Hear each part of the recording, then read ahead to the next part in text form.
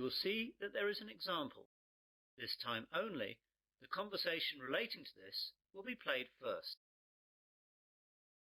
Pan Asian Airways, John speaking. Can I help you? Yes, please. I left something on one of your planes last night. I got this number from the operator. Is this the right number to call? Yes, madam. This is the right number. I just need you to tell me your name to start with, so I can fill out a lost property form. Kirsty Allen. That's Kirstyyallen.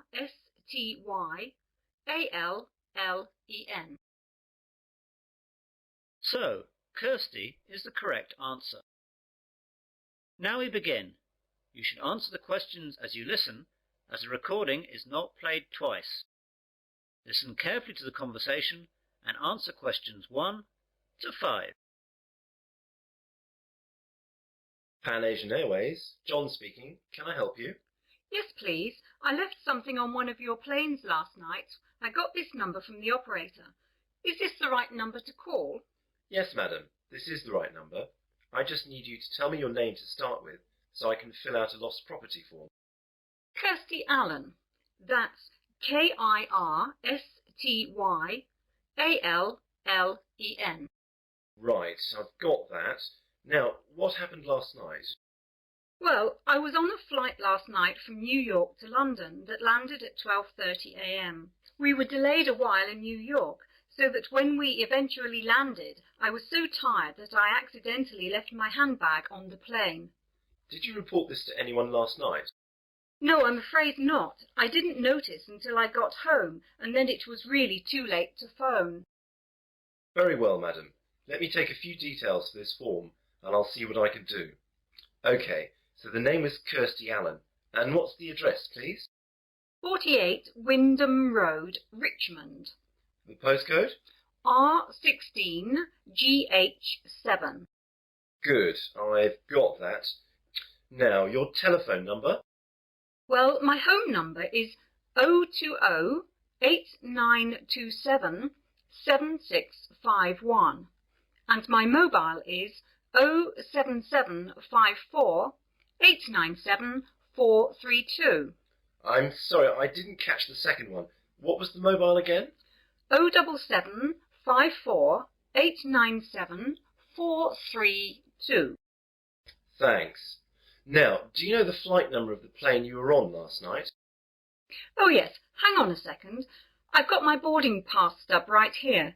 The flight number was PA356. No, I'm sorry, PA365. That's it, 365. And does the boarding card stub say what seats you had? Oh, yes, it was E6. And you said that it was New York to London Heathrow. Is that right? Yes, that's right. Before the conversation continues, you have some time to look at questions 6 to 10.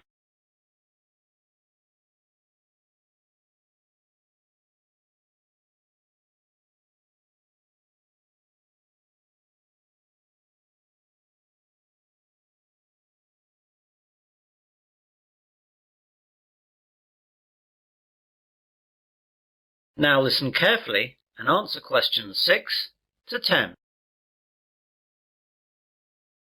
OK then. Now, I have to take some details about the bag that you lost. It was a handbag, yes? That's right. Could you describe it to me? Well, I guess it just looks like any regular handbag. It's very dark red with black handles, and the catch on the top is gold-coloured. Does it have any distinguishing marks? Not really. It's quite new, you see, so I haven't scratched it or anything. It's got a brand name, but that's just inside the bag when you open it, under the catch. OK. Now, can you tell me what was inside the bag? Quite a few things, actually. Not my passport, of course, or I would never have got out of the airport. My purse is inside, and that's got about $200 and about £70 cash. There is also my credit card and some membership cards. Good. I'll just write that down. Anything else in the bag? The small paperback that I was reading, some makeup, my work keys, but not my house keys, thank God, and a couple of pens. Have you informed the police about the loss of the card? Yes, and I've also cancelled the card with the credit company. Right. Now what I'll do is to contact the lost property, which is where your bag will have gone if it was found. I'll give you a call back within an hour and tell you what the situation is. If you haven't had a call within an hour and a half, call back this number and ask for me. My name is John, okay? Yes, that's great, John. I'll speak to you later. Goodbye. Goodbye. That is the end of section 1. You will now have half a minute to check your answers.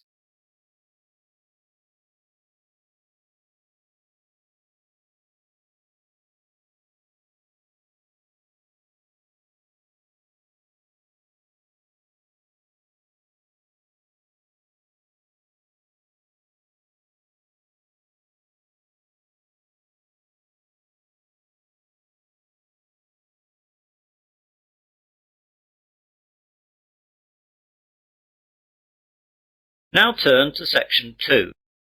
Section 2. You will hear a man giving a welcome speech to new students at the University of Wesley. First, you have some time to look at questions 11 to 14.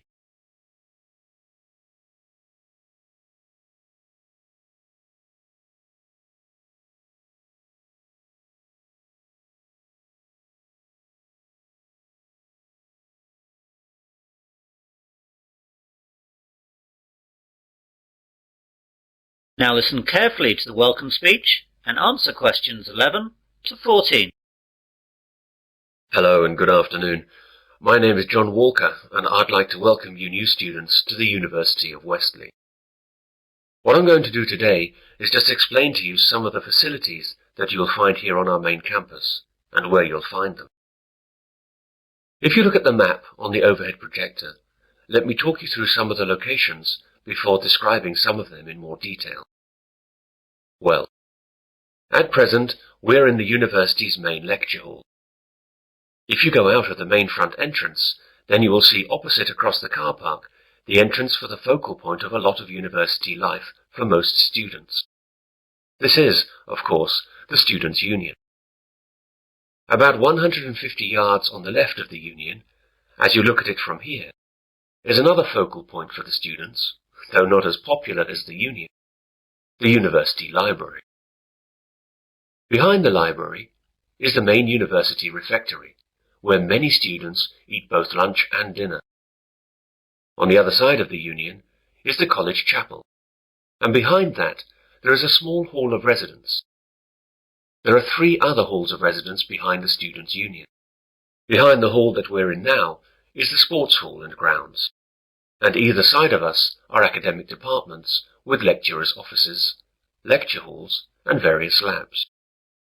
You'll find it all a bit confusing at first, but you'll get to know your way around fairly quickly. You now have some time to look at questions 15 to 20.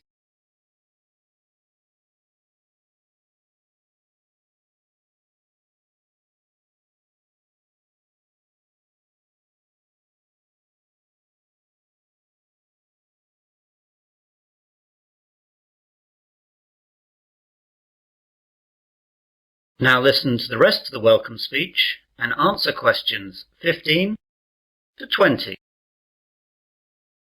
I'd like now to talk about a few important places on the campus. All students must belong to the Students' Union if they wish to use any of its services. It's very cheap, and we certainly recommend that you join. The Union provides a bookshop covering all the course books at the university, plus lots of other titles for a range of interests. You can eat and drink at the Union. There is a Fat Phillips on the ground floor, serving a wide range of fast foods and drinks. Then there is the main Union bar up on the first floor. This is where the Union parties, dances and balls are held. And there's a pizza corner where cheap, large pizzas can be served up in a few minutes. Other areas that will be of interest to students are the welfare office, the travel office, and the clubs office. The clubs office will get you in touch with all the clubs that are part of the Students' Union. These clubs vary from football to drama to potholing to beer drinking. There really is something for everyone. The union opens up at 8 a.m. every day and closes at 12 midnight, unless there are any functions going on later. I'd like to move on to the library now. This is where a lot of you will, I hope, be spending a lot of time over the next 3 or 4 years, working and doing research. Of course, this isn't as exciting as the social aspects of university life, but of course, it really is the main reason that you are all here. I therefore urge you to get over there as soon as you can, as you have to register, and then you can have a look around. During the first 2 weeks of the academic year, that is, now, there are tours every 2 hours aimed at familiarizing new students to all the services that the library offers. The library is open from 9 a.m. to 9 p.m., though it stays open later during final exams. As I said earlier, the refectory is behind the library. The refectory offers a range of cheap meals at lunchtimes and in the evenings. It's open from 12 noon to 3 p.m. for lunch, and from 6 p.m. to 8:30 p.m. for dinner. They try to offer a variety of food, from favourites to healthy options to ethnic foods, and there's always a choice for vegetarians and vegans. The University Sports Hall is one of the most used buildings at the university. To use the hall, or the grounds, you must be a member of the Athletic Union, which is part of the Students' Union. Again, this costs very little, and will allow you to use all university sports facilities, represent university teams, and it fully insures you during your membership of the Athletic Union. This is really excellent value. For departments and academic facilities, there isn't enough time to go through all of them, but your respective departments should furnish you with maps and information that will satisfy your needs. For all services offered at the university, I recommend that you purchase a Discount Plus card. This card costs £50 and lasts for the academic year. It will then give you discounts on all services at the university. For instance, a £4 meal at the refectory would be reduced to £2.50. It will also give you free usage of the late-night minibus that the university runs to places off campus, which normally costs £1. You can see that it wouldn't take very long to make it worthwhile. The cards can be bought at the Students' Union. Well, that's what I have to say for the moment. Now, are there any questions? That is the end of section 2. You will now have half a minute to check your answers.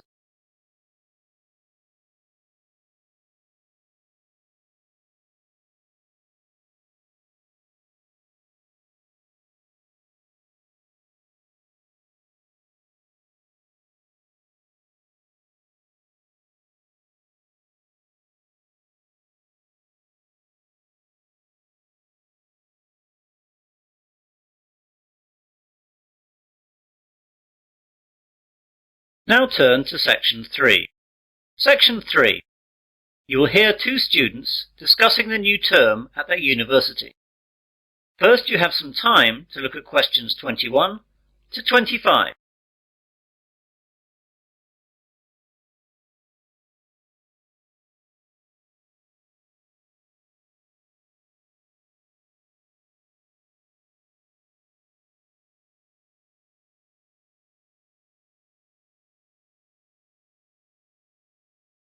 Now listen carefully and answer questions 21 to 25. Hey John, I didn't know you were here at university yet. When did you get here? Oh, just yesterday, Thursday. I've got some stuff to get sorted out for the start of my second year, as I've just got some new subjects. Today I've got to sort out my timetable. It seems like I've got quite a lot to do this year. When did you get here? I've been here since Tuesday. What classes are you doing this year then? Well, I'm continuing economics, of course, as that's my major, but I'm taking an extra maths class and I'm dropping Spanish, so I can take up French. What about you? My major's the same as yours, of course, but I'm going to continue the same classes as last year as I like them so much. They're history and music. What's your Monday timetable like? Well, at 9, it looks like I've got French for 3 hours. That's going to be a tough start to the week. Yeah, I can't imagine it worse. I've got history for 3 hours, which will kill me. The good thing for me is that I've got a free in the afternoon, which will relax me after that morning. No such luck for me, though. I've got that extra maths class starting then, so I'll be hard at work all day on Mondays. Yeah, I don't envy you that. Still, the extra maths will really help your economics in the long run. I know, that's why I'm taking it this year. Last year I really struggled with all the maths that I didn't understand in the economics, but hopefully this year that will all change. What about sport? What have you chosen to do on Wednesday sports afternoons? Are you sticking with rowing? I'd love to, but the rowing club storeroom got broken into and the boats were damaged, so it's not possible till the club can get enough money to repair or replace the boats. They're really expensive, so that'll take quite a long time. So as I can't do that, I'm going to try out squash. What about you? I'm going to do the same as last year. Volleyball. That's good. It's in the main sports hall like the squash. I'll be able to see you a lot this year. Yeah, it looks like that. You can help me with the maths that I don't understand. Ha! Maybe. For a small fee, of course. You now have some time to look at questions 26 to 30.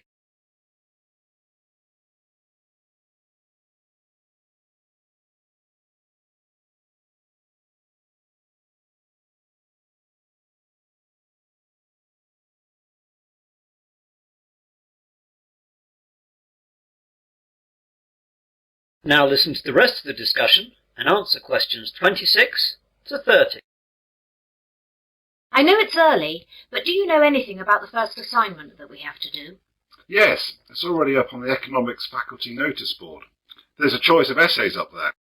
I think there are about 10 you can choose from. I can't remember any of the titles, though, apart from the one that I think I'm going to write about. What's that one, then? It's about the short-term future of third world economies. Ooh, I don't like the sound of that. It seems very wide-ranging. It is, but remember that I spent some of the summer vacation travelling in Africa and Asia, so that has made me more interested in the subject, and I've also got some first-hand ideas on the subject. Does the essay list mention how long the essays have to be and the deadlines? Yes, you remember last year all the essays had to be 3,000 words in length. Well, that's gone up by 1,000 words. Oh no, they'll take ages. I know. I was hoping that they'd stay at 3,000 words, or only go up to 3,500. But no luck, I'm afraid. What about the deadline? The first one has to be in by the 30th of October, and the second one by the 30th of November. It looks like one essay a month like last year. Well, at least that hasn't changed. But as it's the end of September now, that leaves only a month to get the first one done. I'm going to have to get onto that straight away. Yes, you'd better. If you want to talk about it, I'm going to be at the campus cafeteria at 1:30 for lunch. We could go over some questions. I can't then, as I'll be in the sports hall working out. How about 3 this afternoon at the Economics Common Room? That seems okay. We'll be right by the economics course office where the questions are. So that'll be convenient for checking up on them. Okay, see you then. Bye! Bye! That is the end of section 3. You'll now have half a minute to check your answers.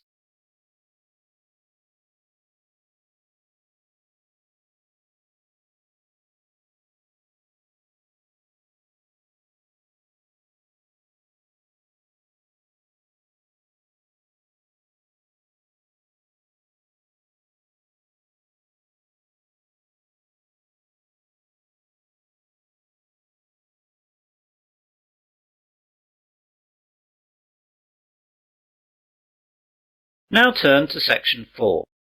Section 4. You will hear part of an environmental sciences lecture.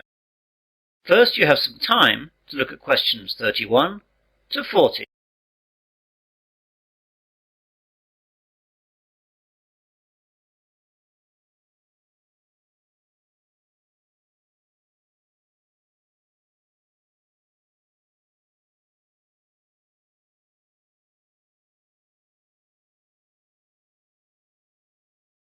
Now listen carefully and answer questions 31 to 40. Good morning, everyone. My name is Professor Wilson, and I'm lecturing you today as part of your Environmental Sciences course. Part of this course is concerned with pollution issues in our world today, and part of this lecture we'll look at some of the ways that the oil industry has developed to deal with oil spills around the world. Oil tankers are the largest ships to sail in the ocean. For countries such as Japan that have no oil deposits of their own, tankers are the only way that oil needed to power their economies can be moved. They are designed to hold millions of barrels of crude or refined oil in reasonable safety and without damage to the environment. When oil is released from these ships, the oil spreads out over the surface of the water in a large slick. These oil slicks can cover hundreds of miles and they cause huge environmental damage. Oil is released for varying reasons. Accidents while loading and unloading and deliberate spills account for many slicks today, but it is ships hitting other ships or rocks which is the major cause of slicks.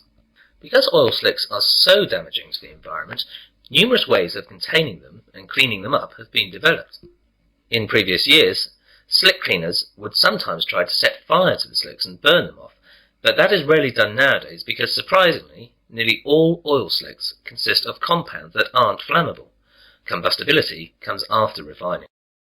The 4 ways of cleaning up oil spills that we look at today are as follows: the containment boom, chemical detergents, the sponge, bacteria. The containment boom is the most common method of cleaning up after an oil spill. Barriers are erected in the water and the oil is then sucked up. Basically, a containment boom is just a large float that surrounds and contains the slick. This method is cheap and straightforward, however only functions in very calm seas. Another method to clean slicks is to spray detergent solution from airplanes or boats directly onto the spill. Depending on the detergent, 2 things can happen. One possible result is that the oil can break up into clumps, which sink to the bottom of the ocean. Although these clumps are themselves hazardous, the problems caused by the clumps are much easier to deal with than the problems caused by oil slicks. The other possibility is that the oil then breaks down into tiny droplets, which are soon spread and become harmless. This method is well suited to dealing with the larger slicks. A negative aspect is that often the chemicals remain in the water, and they can kill fish and other marine life. A Berlin-based company has developed an alternative method for cleaning up oil spills. Eco-Carbon has invented a giant sponge made of lignite resin that sucks up the oil, preventing it from harming the environment. The sponge comes as a mat, which contains crushed coal, whose small granules can soak up large amounts of oil. The process is safe and cheap. The sponges have so far withstood small-scale testing in pools of water with miniature oil slicks. A unique advantage is that once the oil is absorbed into the mat, it remains fixed there permanently. The downside, however, is that the mats become toxic waste. Scientists are also trying to improve other methods to fight oil spills. At the scenes of oil spills around the world, they found bacteria that seem to have an appetite for the toxic black sludge. Now the scientists are breeding these bacteria and studying them to determine which is the most effective at reducing oil levels.